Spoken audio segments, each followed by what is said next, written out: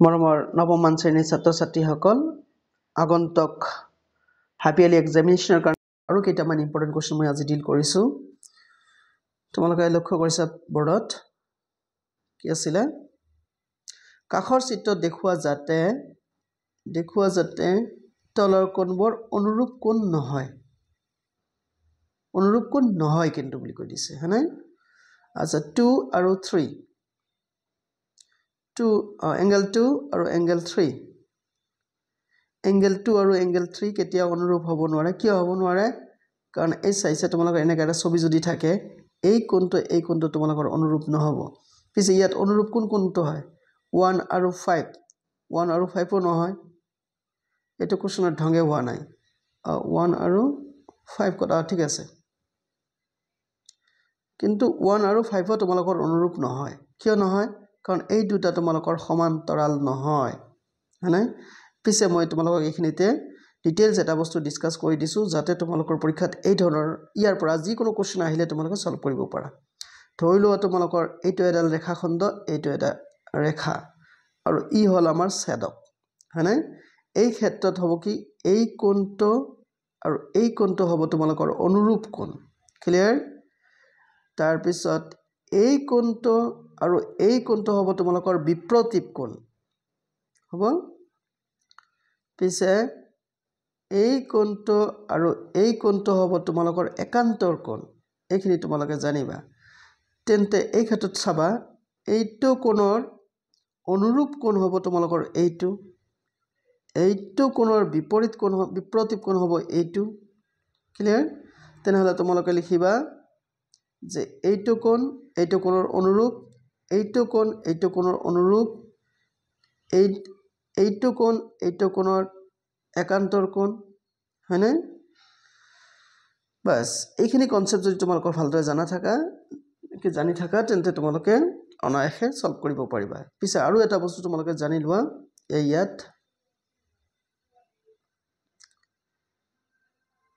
এই ৰেখা দুডাল যদি সমান্তৰাল হয় আৰু ই যদি ছেদক হয় তেনেহ'লে এই কোণটো আৰু এই কোণটো যদি তোমালোকে যোগ কৰা সকলো সময়ত 180 হ'ব। কিমান হ'ব? 180 ডিগ্ৰী। ঠিক তেনেকৈ এইটো কোণ আৰু এইটো কোণ যদি তোমালোকে যোগ কৰা 180 ডিগ্ৰী হ'ব। এইখিনি কথা তোমালোকে ধ্যানত ৰাখিলে, এই দুটা কথা তোমালোকে ধ্যানত ৰাখিলে ইয়াৰ ৰিলেটেড যিমানবিলাক কুৱেশ্যন আহিব তোমালোকে সলভ কৰিব পাৰিবা। ফাইন, নেক্সট কুৱেশ্যনটো কি আছিলে? ABC ত্ৰিভুজৰ AB equal to AC যদি এংগেল C ইকুৱেল টু 60 হয় তেনেহ'লে এংগেল B কি হ'ব? ABC সমদ্বিবাহু ত্ৰিভুজ। সমদ্বিবাহু ত্ৰিভুজনো কাক কয়? যি ত্ৰিভুজৰ তোমালোকে জানা যি ত্ৰিভুজৰ দুটা বাহু সমান, হয়নে? এতিয়া ধৰি লোৱা তোমালোকৰ এইটো হ'ল তোমালোকৰ ABC ABC ত্ৰিভুজ। এতিয়া কি কৈছে তোমালোকক?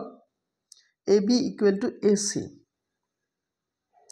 এইটো বাহু তোমালোকৰ সমান আৰু কি দিছে তোমালোকক? এংগেল চিৰ মান 60। এইটো এটা কুৱেশ্যন হোৱাই নাই।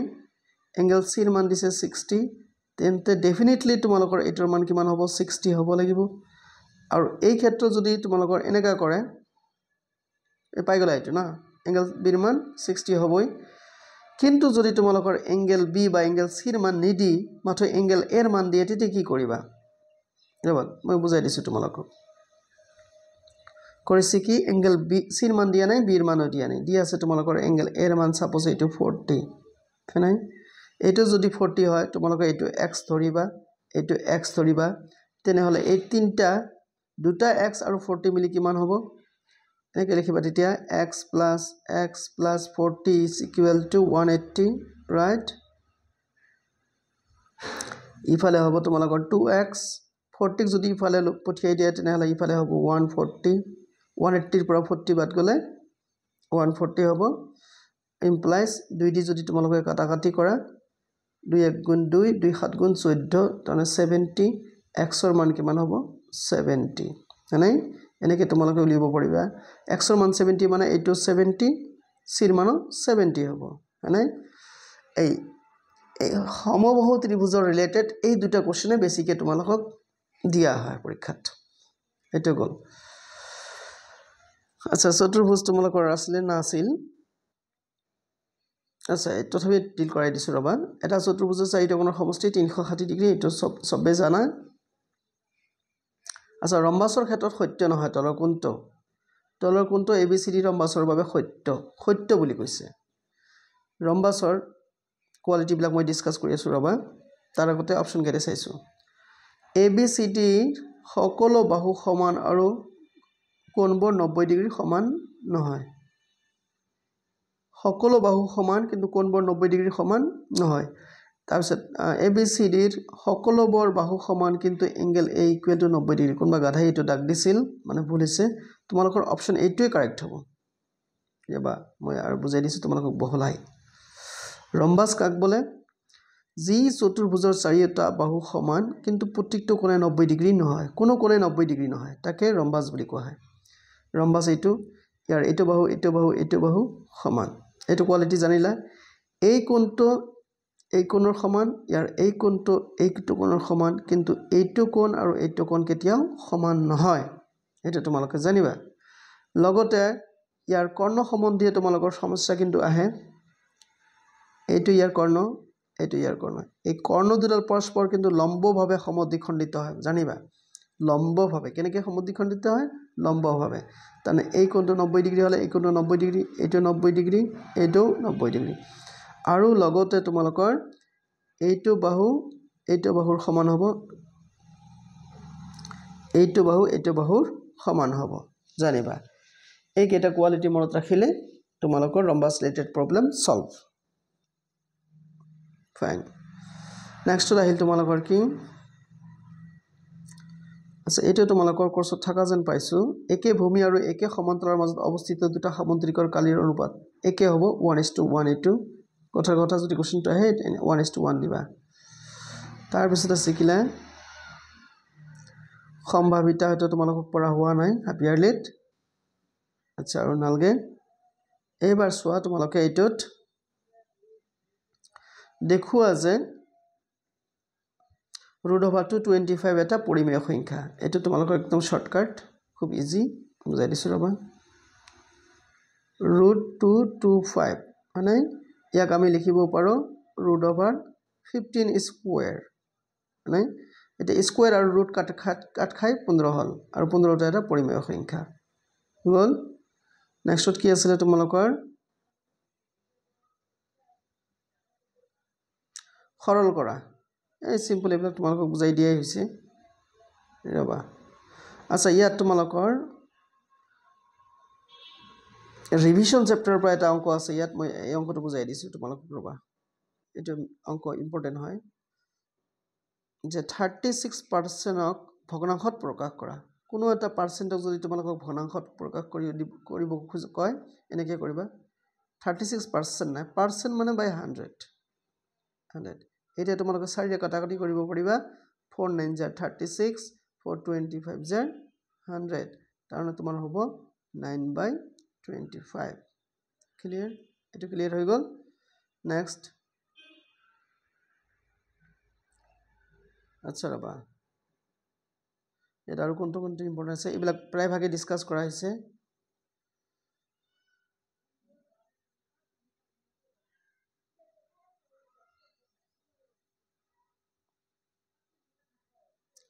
আচ্ছা এই 20 নম্বৰ কোৱেশ্চনটো খুবেই আহে কাৰ্টেজীয় সমতলত থকা বিন্দু এটাৰ অৱস্থান নিৰ্ণয় কৰিবলৈ অনুভূমিক আৰু উলম্বভাৱে অঙ্কন কৰা ৰেখা দুডালক কি বুলি কোৱা হয় তোমালোকে সিধাই লিখিবা অনুভূমিকটো হল x অক্ষ আৰু y অক্ষ কোনোবাই কব বিচাৰিছে যে ভুজ আৰু কোটি নহয় ভুজ কোৱা হয় তোমালোকৰ মাপটোক আৰু কোটি কোৱা হয় তোমালোকৰ y ৰ মাপটোক ভুজ কোৱা হয় x ৰ মাপ আৰু কোটি কোৱা হয় y ৰ মাপ কিন্তু অক্ষ দুডালক তোমালোকে অক্ষ বুলি কোৱা x অক্ষ আৰু y অক্ষ আচ্ছা তাৰপিছত আৰু এটা কোৱেশ্চন আছে ইয়াত তোমালোকৰ এটো অলপ ইম্পৰ্টেন্ট ABC সমকোণী ত্ৰিভুজৰ angle A = 90 degree AB = AC বিৰ মান নিৰ্ণয় কৰা একেবাৰে সহজ